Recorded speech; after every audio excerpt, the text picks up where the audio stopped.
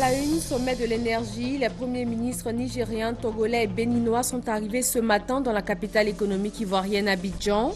Ils vont prendre part au lancement des activités du groupe leader ouest-africain du domaine de l'énergie. 282 concours administratifs lancés pour la fonction publique en cette année 2015 en Côte d'Ivoire. Ils sont ouverts depuis hier lundi et les inscriptions se font en ligne sur le site internet du ministère de la fonction publique. Les frais sont fixés à 27 500 francs. Au Burundi, des résultats provisoires devraient être connus pour les élections législatives et communales aujourd'hui ou demain. La Commission électorale nationale indépendante annonce que les dépouillements des bulletins est terminé. Les résultats sont en cours de décentralisation au niveau des communes. Bonjour et bienvenue dans le journal de 13h sur RTI 1. La nouvelle extension de la centrale thermique d'Azito va être inaugurée cet après-midi par le président Alassane Ouattara et ce sera en présence de plusieurs chefs de gouvernement et de bailleurs de fonds. L'énergie durable, source d'avenir, de croissance, de progrès et de possibilités infinies. C'est la perspective du groupe des leaders ouest-africains de l'énergie qui vient de se constituer. Le lancement de ces activités a eu lieu ce matin en présence du président Alassane Ouattara et de plusieurs personnalités venues de la sous-région.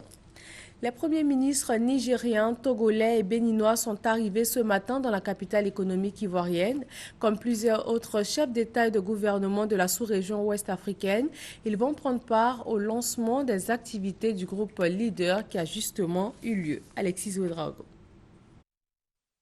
Abidjan, la capitale économique ivoirienne, abrite ce mardi la rencontre West African Energy Leader Group, la grande rencontre ouest-africaine de l'énergie. Attendus pour cette réunion, les chefs d'État et de gouvernement de la sous-région, ils ont été accueillis ce matin par le Premier ministre Daniel Kablan-Duncan. Il n'y a pas de raison fondamentale que l'Afrique soit le seul continent du monde en panne d'électricité. C'est pas possible. Ça ne peut pas durer. Et en même temps, ça demande des efforts sur le long terme qu'on ne peut faire qu'ensemble. Ce que le président Ouattara va animer aujourd'hui, c'est complètement nouveau. C'est une mobilisation très forte du secteur privé à côté des acteurs publics et des acteurs multilatéraux. Et cette combinaison, c'est une idée neuve en Afrique à cette échelle. Au Bénin, au Togo, tout comme au Nigeria ou encore au Mali, les problèmes d'énergie sont une réalité. La rencontre initiée par le secrétaire général adjoint des Nations Unies chargé de l'initiative Énergie durable pour tous entend donc trouver des solutions concrètes aux problèmes du dit secteur. Voilà, ces chefs de gouvernement sont arrivés aujourd'hui. Ils ont pris part aux côtés du chef de l'État à la cérémonie de lancement des activités du groupe des leaders ouest-africains de l'énergie. La première pierre a été posée en 1998. L'amphithéâtre de l'Institut des sciences et techniques de la communication ISTC a été inauguré hier lundi par le Premier ministre. Le reportage de Gabriel Zani. Ce n'est pas un rêve, c'est une réalité. Alfred Damboussa, le directeur de l'Institut des sciences et techniques de la communication, l'a dit devant ses convives à l'inauguration de l'amphithéâtre de l'Institut.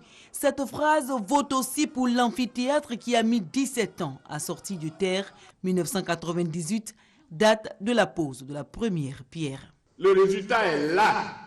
Nous sommes rassemblés ce lundi 29 juin pour l'inauguration de l'amphithéâtre de l'ISTC par le Premier ministre.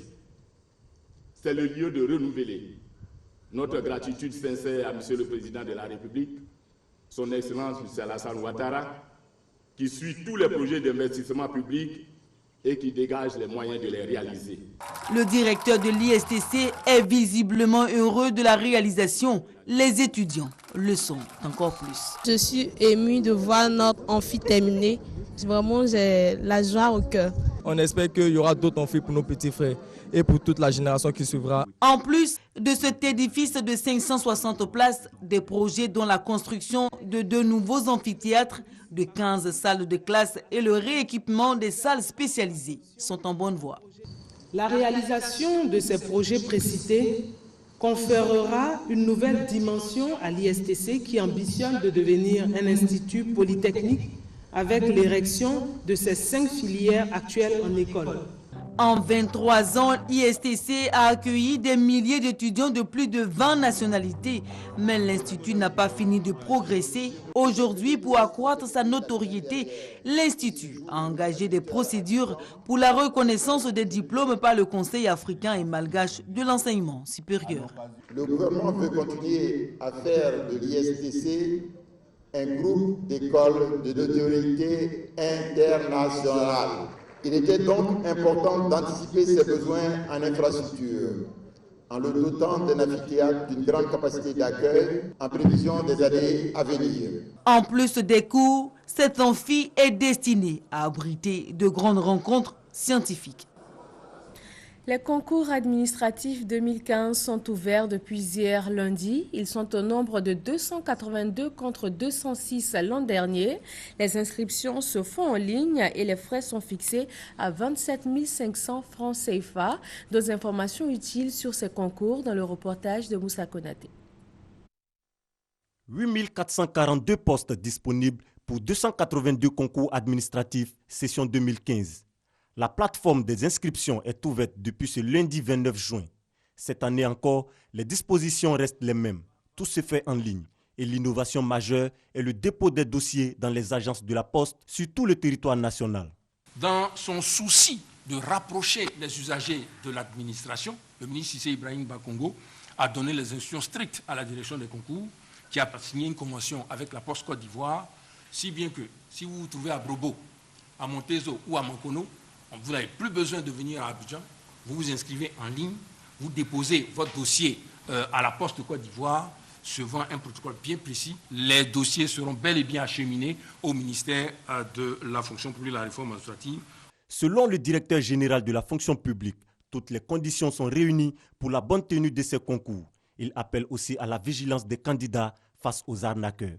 Je vous le dis avec force et fermeté, il est rigoureusement interdit à un agent de la fonction publique de percevoir quoi que ce soit comme franc au titre des inscriptions au concours. Les inscriptions en ligne se tiennent du 29 juin au 22 août 2015 sur le site www.fonctionpublique.gouv.ci et les frais fixés à 27 500 francs à verser par paiement mobile.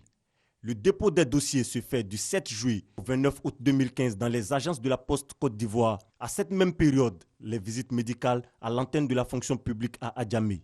Les compositions se dérouleront les 12, 19 et 26 septembre 2015 et les délibérations prévues du 14 au 21 octobre 2015.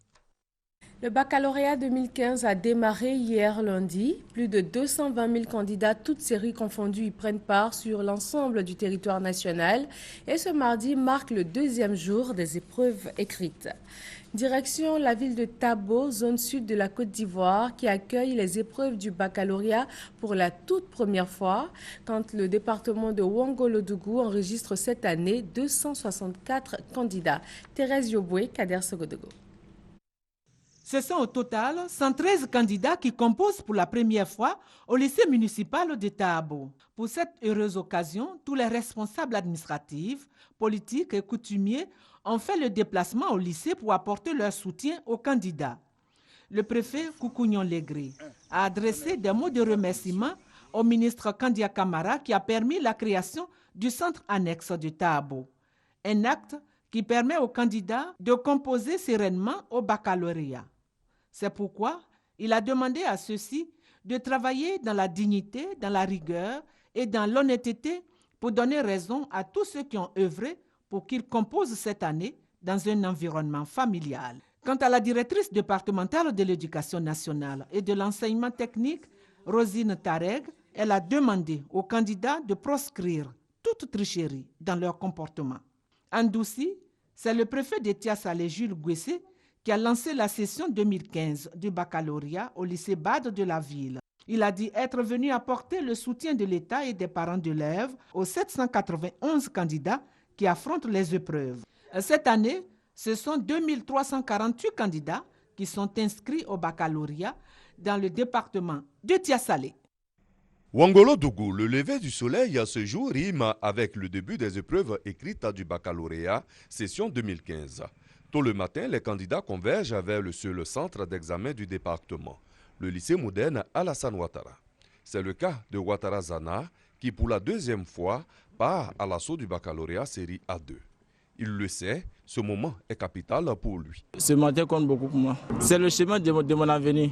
À l'entrée du centre, le président du jury, Maï Clément, tient à faire respecter les consignes. Aucun objet compromettant ne doit franchir le portail. Les documents administratifs et le seul stylo sont privilégiés. Une fois à l'intérieur, la concentration est de mise chez les candidats pendant que le président du jury s'entretient avec les examinateurs. Avant la composition, le préfet du département vient apporter son soutien aux candidats. Des propos les invitant à compter sur leurs valeurs intrinsèques. Celui qui rattrape toujours celui qui triche. Donc vous êtes préparés, faites-vous confiance et puis bon vent. Les épreuves écrites du baccalauréat session 2015 prendront fin le vendredi prochain. Quant aux résultats, ils sont attendus pour le 20 juillet. Nous espérons retrouver Ouattara Zana et ses amis avec le même sourire, synonyme de succès.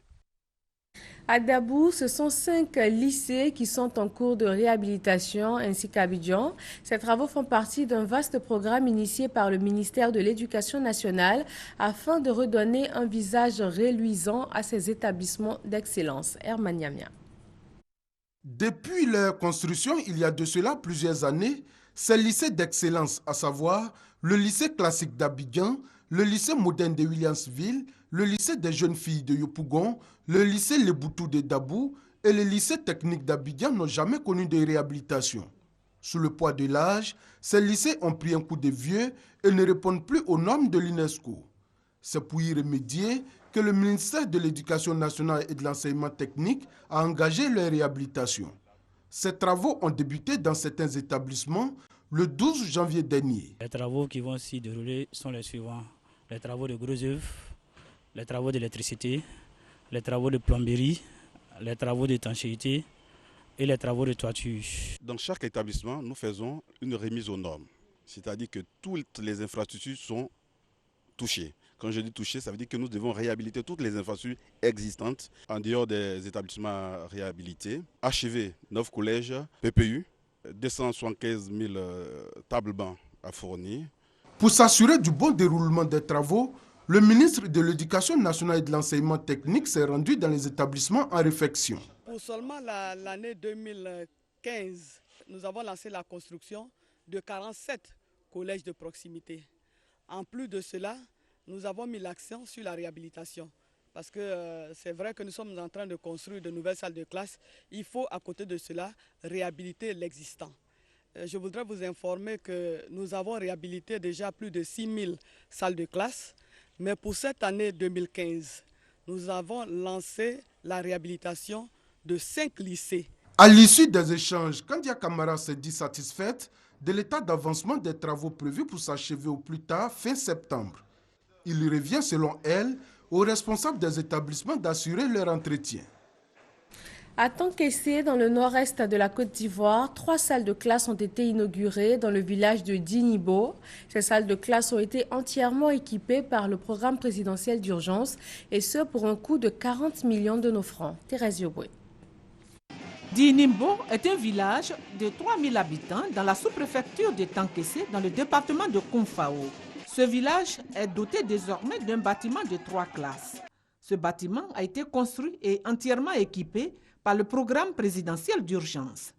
Selon les représentants des populations, la rapidité avec laquelle le projet de construction des 3 salles de classe a été réalisé vient créer davantage un lien de confiance entre le village de Dinibo et le président Alassane Ouattara et son gouvernement. Dr Ité Vangbe, parrain de la cérémonie, a exhorté les populations à l'union et à la sérénité et a voté le président Alassane Ouattara qui ferait encore de grandes choses pour le village. Le parrain a fait don de 10 hectares de nouvelles variétés de plants de cacao, 1 hectare de semences de manioc et a offert 4 tonnes de ciment pour la construction d'une école maternelle dont il a posé la première pierre. La 37e réunion du Conseil annuel de l'Association de gestion des ports d'Afrique de l'Ouest et du Centre s'est ouverte hier à Abidjan. Les coûts de passage portuaire, quelle responsabilité des différents acteurs de la chaîne? C'est le thème de la réunion. Ali Diarasouba. Les responsables des ports de l'Afrique centrale et occidentale, des ports internationaux, Autorités maritimes, armateurs, tous les maillons de la chaîne portuaire réunis 4 jours durant à Abidjan pour mutualiser leurs expériences et savoir-faire. Ce 37e conseil annuel de l'Association de gestion des ports de l'Afrique de l'Ouest et du centre sous le sigle AGEPAOC présente de grands enjeux. Il s'agit de parler des coûts portuaires et quelle est la responsabilité des acteurs. Les acteurs ils sont multiformes, c'est les administrations, c'est l'État, c'est les autorités portuaires, c'est les opérateurs privés et chacun dans la matière a un rôle à jouer. Il s'agit donc au cours de ces assises-là de travailler à bien définir les rôles des uns et des autres et voir un peu comment chacun pourrait vraiment y mettre la bonne volonté pour que les choses puissent avancer positivement. L'ultime objectif visé au terme de cet important rendez-vous de ce secteur portuaire et maritime, impacté sur le coût de passage du navire et de la marchandise, à l'effet de booster la compétitivité des ports. Que les experts et bien sûr avec l'ensemble des directeurs généraux des 19 pays qui se sont retrouvés à Abidjan pour plancher sur la question des coûts portuaires, qu'on puisse avoir de réelles propositions. Car comme vous le savez tous, l'impact direct des surcoûts dans les différents ports va également impacter négativement la compétitivité des entreprises. Or aujourd'hui, ce que nous recherchons, c'est plus de compétitivité pour plus de marchés et tout cela doit nous permettre justement un développement économique harmonieux avec un plein emploi. Voici donc ce que j'attends de cette réunion d'Abidjan.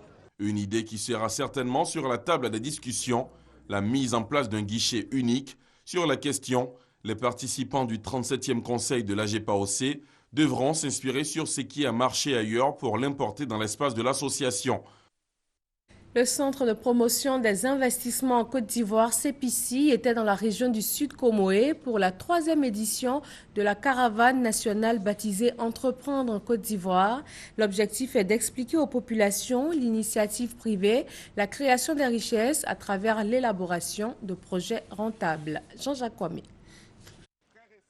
C'est un apôtre de l'entrepreneuriat que les experts du CEPICI, Centre de promotion des investissements en Côte d'Ivoire, conduit par le directeur général Emmanuel Esmel-Essis, ont investi la région du Sud Comoé, choisie pour cette 3e édition de la caravane nationale Entreprendre en Côte d'Ivoire. À Aboisseau comme à Bonois, localité visitée par la caravane, les populations ont été informées sur les réformes qui ont favorisé l'amélioration du climat des affaires en Côte d'Ivoire. Il s'agit notamment de la possibilité de créer une entreprise en 24 heures à partir de 15 000 francs CFA et du nouveau code d'investissement qui offre de nombreux avantages fiscaux pour les candidats à l'entrepreneuriat. Emmanuel Esmel-Essis a invité les jeunes de la région à saisir toutes ces opportunités. Je vous incite à aller à l'entrepreneuriat. C'est une culture, le maire, le président du GIS, c'est une culture qu'on doit apprendre aux Ivoiriens. Ne pas aller pour chercher à faire jeune honneur, mais chercher à être entrepreneur. C'est ça qui va donner l'avenir et c'est ça qui nous amènera à l'émergence. À Aboisseau comme à Bonois, les autorités locales ont souhaité l'ouverture d'une agence du CEPICI, une requête qu'a promis d'étudier le directeur général du CEPICI afin de la traduire en actions concrètes pour le développement des économies de ces régions. Prochaine étape de cette 3e édition de la caravane nationale Entreprendre en Côte d'Ivoire, le 6 juillet prochain dans la ville historique de Grand Bassam. Les maires, présidents de conseils régionaux et districts de Côte d'Ivoire participent à Paris au 6e forum de l'action internationale des collectivités locales. Le gouverneur Robert Begré-Mombé a fait le point de l'état d'avancement des grands projets de développement du pays. Le maire d'Odiéné et vice-présidente de l'Ivicosi, Nasseneba Diané, a, elle, entretenu les élus français sur le thème femmes et réseaux féminins, un engagement de premier plan pour la coopération décentralisée. 200 000 cartes nationales d'identité ont été produites par le site central de production des cartes d'identité et seulement la moitié a effectivement été distribuée. Le ministre de l'Intérieur et de la Sécurité s'est donc rendu sur le site de production afin de faire le point de la production et de la distribution de ce document administratif. Christelle Ménan. Carte nationale d'identité non disponible. C'est une des raisons évoquées pour justifier le manque d'engouement que connaît le processus de révision des listes électorales en cours. Un peu plus de 500 000 personnes sur un potentiel estimé à 3 millions de personnes.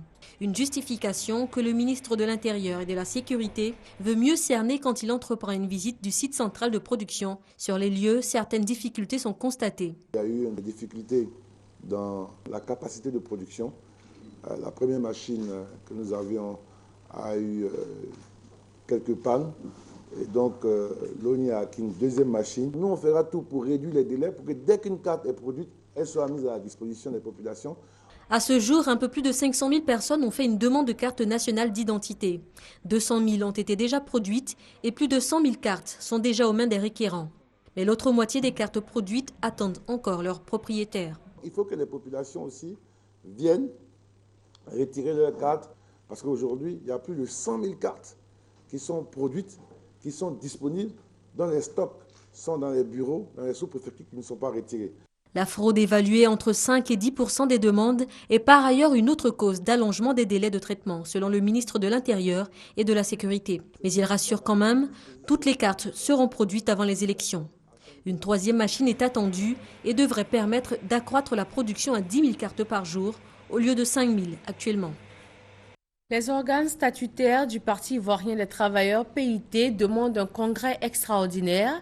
Il s'agit du groupe des enseignants PIT et de la jeunesse militante PIT. Pour eux, le parti traverse une crise qu'il faut rapidement circonscrire. Sidonie Davila. Ivoirien des travailleurs vit-il une crise? En tout cas, tout porte à le croire. Les organes annexes du parti que sont le groupe des enseignants PIT, la jeunesse militante PIT et les femmes militantes PIT demandent un congrès extraordinaire. Ce congrès extraordinaire, on a demandé pour un consensuel. C'est-à-dire que tous les enfants du PIT qui n'acceptent pas l'avis de la direction d'aujourd'hui, on va essayer de les mettre ensemble pour que le PIT, qu'ils ont appelé le PIT nouveau, renaisse effectivement.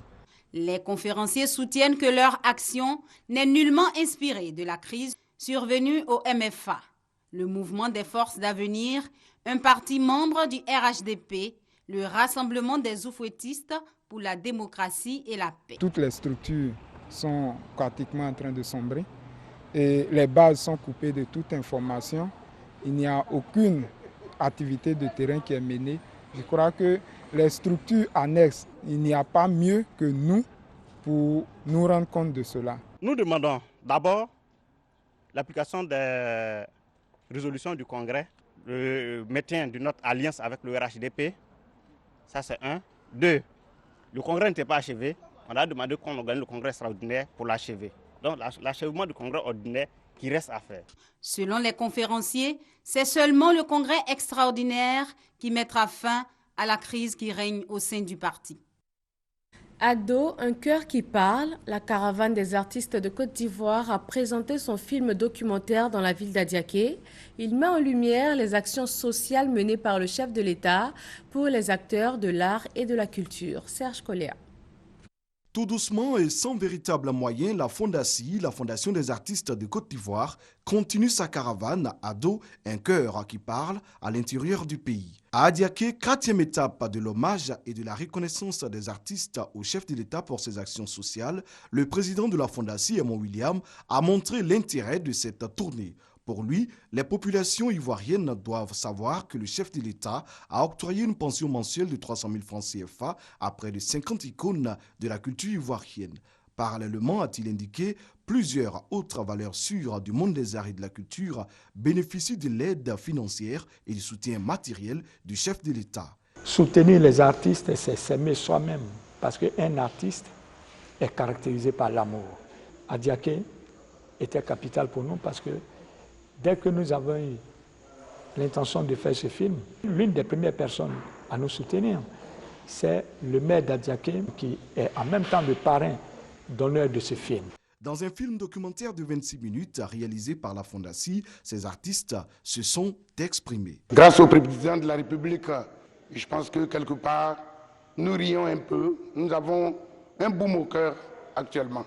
Des témoignages qui ont touché les spectateurs. L'étape d'Adiaké de la caravane Ado, un cœur qui parle, a été parrainée par le maire Yacouba Yensié, représenté par son premier adjoint au maire. Prochaine étape, Aboissou, capitale de la région du Sud Komoui. La Cour d'assises d'Abidjan ouvre sa deuxième session pour l'année judiciaire 2014-2015. L'audience de la Cour d'assises se tient tous les 3 mois au siège du tribunal de première instance pour juger les infractions. Abou Sanogo. Ce sont au total 14 affaires qui sont inscrites au rôle de la présente session. 8 concernent les crimes contre les personnes, notamment les atteintes à l'intégrité physique. Les cas d'attentats aux mœurs sont inscrits au rôle à travers 3 affaires. Hormis ces infractions, 2 dossiers concernent les crimes et délits contre la sûreté de l'État, la défense nationale et la sécurité publique résultant des événements de la crise post-électorale. Il s'agit des infractions d'attentats ou de complot contre l'autorité de l'État, troubles à l'ordre public, xénophobie, rébellion, participation à un mouvement insurrectionnel et constitution de bandes armées. Aux côtés des 3 magistrats professionnels, 6 jurés titulaires tirés au sort ont prêté serment. Ils auront la charge de dire le droit au cours de la présente session. L'audience de la cour d'assises se tient tous les 3 mois au tribunal de première instance du ressort de la cour d'appel pour juger les infractions qualifiées de crimes. La première étape pour bénéficier de la couverture maladie universelle est l'enrôlement.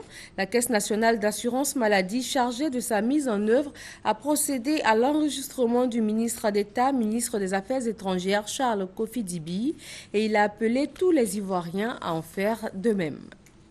Établir une carte de vulnérabilité du littoral ivoirien, une solution pour faire efficacement face à un éventuel cas de pollution d'hydrocarbures en mer. Et c'est la stratégie du Centre ivoirien antipollution CIAPOL, du BNET et du Centre de recherche océanologique Herman Yamia. La Côte d'Ivoire veut se donner les moyens de parer à toute éventualité en cas de pollution d'hydrocarbures dans ses eaux.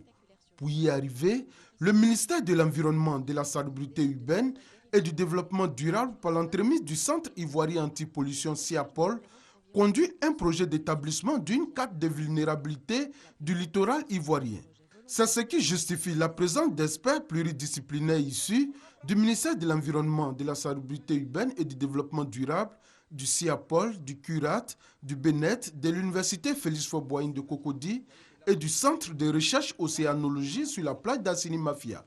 Il s'agit d'établir une banque de données qui sera exploitée en cas de pollution d'hydrocarbures. On veut en venir à une carte de précision, une carte opérationnelle qui pourrait permettre d'avoir une intervention beaucoup plus spécifique, plus précise en cas de déversement. On a un cas de figure spécifique ici.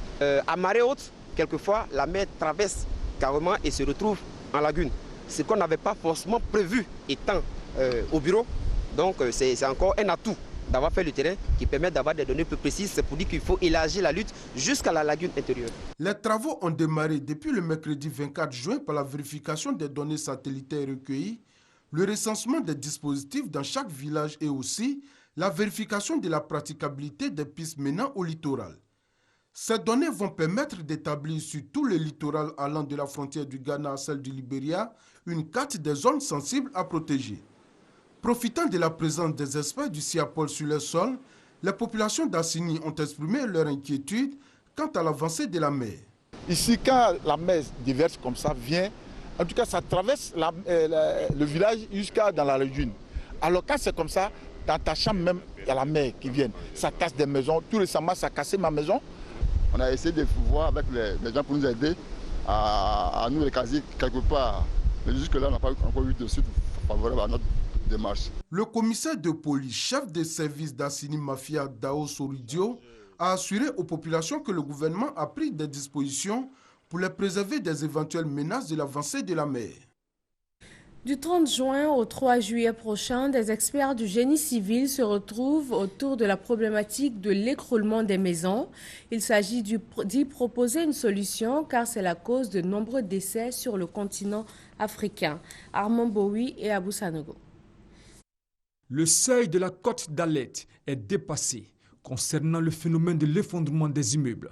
Soucieux de cette réalité qui impose mort et ruine aux populations, particulièrement en ces temps de grande pluie, le monde du génie civil sonne le rassemblement. Une rencontre des experts de la géotechnique et du bâtiment est donc prévue à Yamoussoukro. La Société internationale de mécanique des sols, qu'on appelle SMISG, se réunissent pour débattre des sujets d'actualité rencontrés dans les pays membres de ces différentes associations. La bataille de Yamoussoukro inclut un autre phénomène géotechnique, la dégradation précoce des routes. Pour relever ce double défi, Yamoussoukro attend les experts de Côte d'Ivoire, d'Europe et surtout des autres pays africains qui ont en commun les mêmes tragédies. Tous ces pays vont donc envoyer, leurs labos seront présents. Mais en plus des labos, il y aura donc des géotechniciens qui ne sont pas forcément dans des labos, qui sont soit dans des entreprises de travaux ou qui sont dans des universités, qui vont donc venir participer à ce séminaire. Selon le directeur général du laboratoire bâtiment et des travaux publics, LBTP, qui a animé une conférence de presse, la rencontre va proposer des solutions pour assurer la qualité et la durabilité des ouvrages du génie civil et du bâtiment.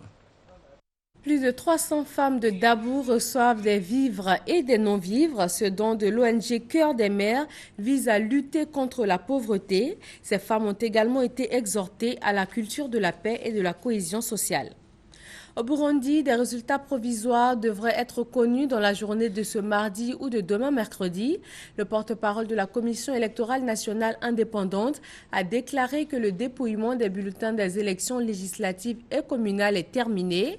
Il précise que les résultats sont en cours de centralisation au niveau des communes. Une opération policière lancée lundi matin contre des membres de Boko Haram dans un quartier de N'Djamena au Tchad a fait 11 morts, dont 5 policiers. La veille, un cerveau du groupe terroriste a été arrêté. Le procureur a par ailleurs annoncé le démantèlement d'une cellule active d'un réseau terroriste. 60 personnes auraient été interpellées, dont des ressortissants tchadiens, camerounais, nigériens et maliens. Et justement, le chef de l'État ivoirien adresse ses condoléances à son homologue tchadien dans ce communiqué. Monsieur le Président, c'est avec une réelle consternation que j'ai appris la mort de 11 personnes suite à l'attentat terroriste survenu à N'Djamena le lundi 29 juin 2015.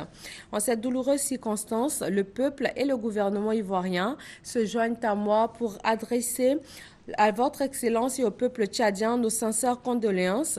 Je prie votre Excellence de bien vouloir transmettre aux blessés mes vœux de prompt rétablissement. Très haute considération, signé Alassane Ouattara, président de la République de Côte d'Ivoire. Et voilà qui met fin à ce 13h. Merci de l'avoir suivi. Restez avec nous sur RTI1.